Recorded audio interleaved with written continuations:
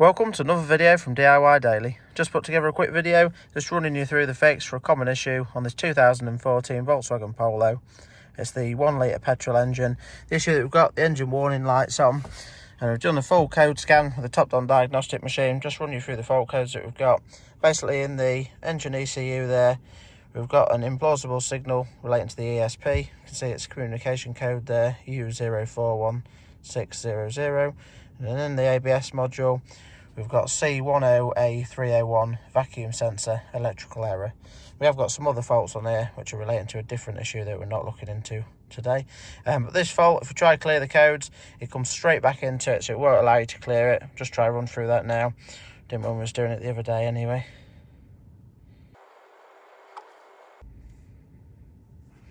So it's cleared the engine one temporary, but the one in the ABS ECU there, you can see it's come straight back, and as soon as we strike it up and just run it for a bit, it'll then link the communication code and it'll throw the fault code back up under the engine ECU as well. So just going to get under the bonnet now, just show you what the fault is, how to fix it, and then just run you through just clearing the codes and just proving that it's fixed the fault quickly as well.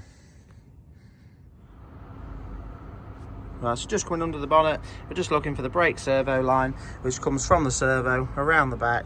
You can just see it comes up and round this side here, and we're looking for this sensor there. Now obviously you do need to check the wiring to this. I have checked the wiring's okay, but just thought I'd put this together as a really quick video, really common to these sensors.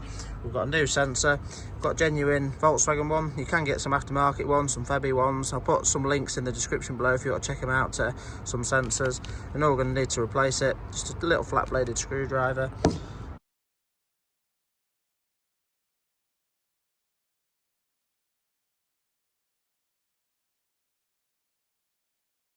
Just simply to get the connector off, just need to just pry the little tab back, and then you can pinch it up and pull the connector off there. And then the actual connector just sort of secures in, just three little tabs, one there, one there, and one there. You just need to really gently pry them back. I'm just going to put the camera down quickly while I do it. Just gently pry them back and just pull the sensor up as you're doing it. And as you pop it out, you'll hear like a sort of suction noise as it releases the pressure.